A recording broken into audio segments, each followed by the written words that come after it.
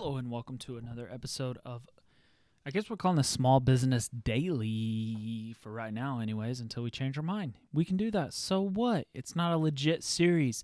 It's just a culmination of some videos about my thoughts. My thoughts this morning, April the 7th, are around the idea of businesses being essential and not essential. You know, there's been a lot of articles written recently about the idea and the topic of the certain businesses that are allowed to stay open during this time, during the COVID-19 era. And it made me think about the fact of, even if your business is able to stay open, are you actually essential? Are you making your business a way that is essential for people, or are the things that you're selling, are people able to get it? Are you commoditized? Are you able to get your products at other places? And there's a lot of ways to think about that. You know, I was recently talking to a guy that had messaged us. He's wanting to actually start a feed store a long ways away, I hope. And he's wanting to start a feed store a long ways away. And he was asking me like all kinds of questions about the feed industry and what to do, you know, in this situation, what to do in that situation, all these things. And he was asking me about, you know, having certain prices better than this and better than that. And I said, man, honestly, price is not necessarily the least of my worries. I do think it's, you know, top of mind, but I think that there is so many things that go into being an essential business, being a business that wins in a certain situation more than another business in way more areas than price. I think that, you know, when you break it down where you are only winning because of price, I think that you're playing the wrong game. And especially right now, if you are competing against another business that is switching things up, say you are a restaurant that serves the same thing as somebody else.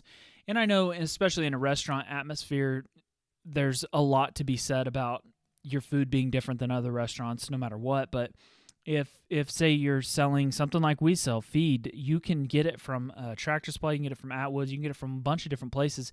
And if you are just focusing on being cheaper priced or whatever it might be, I think that there's a lot of things that go into the ways that you can win in business besides just price. Some things to think about that you could start winning at right now, especially, are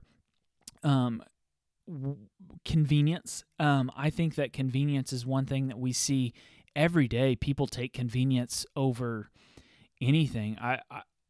Every delivery option is it. You should be getting a delivery of products. You should be getting that for around the same price, or maybe even cheaper or more expensive than what you can drive to that place and get it for. And people do deliveries every day, whether it's, you know, I guess that's short local deliveries, that is. There is people getting deliveries all the time that, you know, they're paying $10 or $15 for something when they could go to the restaurant and come back for less than that. But people will take convenience over a lot of things, and if you're not capitalizing on that in your business, I think that you're really missing the mark right now. What do you have to offer besides being the cheapest on a certain price? And the thing that you can also use to your advantage right now is customer service. Customer service is another differentiator where you can really set yourself apart. Whether it's, I think part of customer service is being able to be reached in a bunch of different capacities, whether that's the hours of service that you're open, whether that is being able to be reached over the phone, whether that's being able to be reached over text message. We just put a big whether it's software, program, platform, whatever you want to call it, into customers being able to text message us. And it is blowing my mind how many people will text us over call. So part of customer service is being that convenient way to get a hold of you, whether it's email, text message, social media, being able to be reached on Facebook Messenger.